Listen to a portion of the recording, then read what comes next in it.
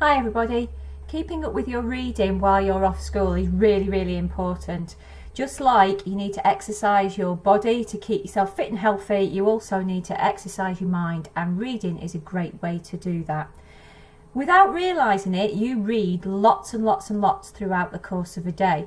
Reading books, of course, is really important, but anything that you are reading, anything that contains words is really important. And what we're going to do today is a little bit of a creative activity which helps you keep track of your reading habits during the time that you're off school. So I'm going to talk to you all about a reading river. What you will need is a piece of paper and some coloured pens, something very simple that you can find anywhere around your house. And what we're going to think about is the different things that you're reading over the course of a day, and you're going to create a reading river that looks a little bit like this. So if you can see, it's just the outline of a river, so a nice kind of bendy river there, just in the centre of your piece of paper. So each time you read something in the day, the idea is that you keep a record, so you write down what you've been reading and maybe when you have actually read it. Now those sorts of things can be anything and everything, and it's important that you realise that you are doing tons of reading without realising it. So things like, if you start off your day with a breakfast cereal, think about reading the ingredients or reading the information. You might learn some new words, you might learn some information about the breakfast cereal, but more than anything, you are reading. Okay, it could be something like reading a storybook.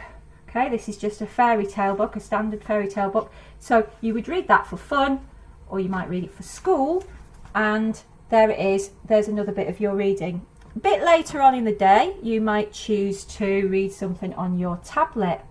Okay, because digital reading is really useful and really important as well, but maybe not too much screen time. And then you might do something quite different. You might be reading a recipe in a cookbook. So you could keep a note of the fact that you've done some reading about the method and the recipe in a cookbook. Or it could be something as simple as a takeaway menu that comes through the door, and you can read lots of interesting descriptions of the food that you can buy. Okay, so over the course of the day, with your reading river, you create something that looks a little bit like this. So this was the one that I have put together as an example, and you can see that I've got the reading of the breakfast cereal at the start of the day, and you can see that I've put 9 AM there, and then reading a fiction book here, 10 pages of a fiction book, and then going on a website to find out more about that book and that author, and then later on in the day looking at phone messages and a book before bed. Now what's really interesting is you can see a great big gap appearing there that actually shows that there are big bits of the day where I'm doing no reading at all, and that by keeping track of that, it might help you to think about things you could do in that big space there to do some more reading. It also might help you notice how much screen time you are using. So I've just got 2 little bits of screen time on there, a bit on a website and a bit on a phone. But if you realise that you're doing lots and lots of screen time, it may help you to cut down on that.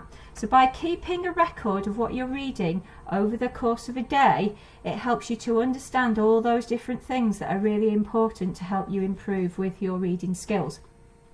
You could do this a few times a week. You could do this as part of your kind of routine whilst you're off school, to keep track of your reading habits and to make sure that you are keeping on top of your reading and hopefully getting better at it too.